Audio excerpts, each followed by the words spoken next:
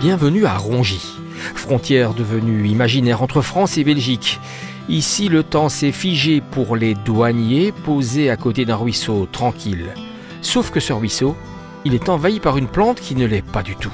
La balsamine de l'Himalaya, une jolie fleur certes, mais une squatteuse redoutable. La plante a été introduite dans nos parcs et jardins, donc dans les années, il faut dire, plus ou moins 1940, 1950. Donc la plante s'est bien développée dans les jardins privés, mais malheureusement, elle a pris de l'ampleur.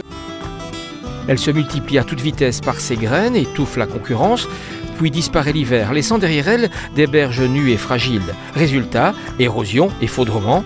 Bref, pas vraiment l'idylle bucolique. Les plantes sont un peu cachées, elles sont de manière locale, parfois des petits massifs. Donc tout doit se faire manuellement.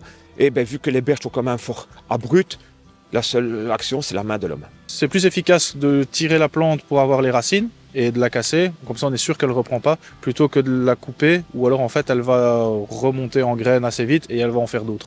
On arrache bien avec les racines, on la casse et après on la met sur le bord, plus haut possible, pas qu'elle retombe dans l'eau.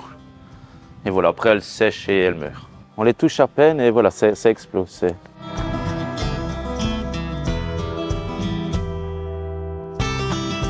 Attention, produits chimiques interdits. L'arme fatale, c'est la main de l'homme. Arrachage, patience et plusieurs passages par an. Un travail exigeant, surtout sur des berges abruptes, mais efficace. En 2 à 3 ans, on peut espérer éradiquer l'intruse. Pour les balsamines, les plantes invasives, on fait plusieurs passages par an. Et pour d'autres bassins que celui de l'Escolis, il y a aussi la Seine et d'Andre. Donc on va dire, j'ai quand même, je pense, une dizaine d'ouvriers qui travaillent plusieurs fois par an pour traiter les plantes invasives pour la province de Hainaut. Avec un système de 2 à 3 ans d'intervention, on devrait arriver au bout de la plante invasive. Donc ça, c'est une plante exotique envahissante.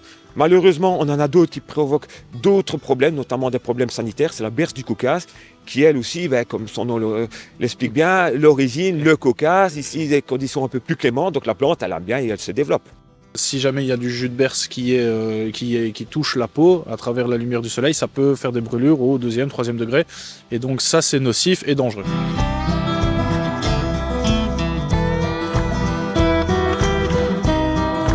Et derrière ce combat vert, il y a une autre mission. Offrir un emploi et une fierté à des travailleurs fragilisés.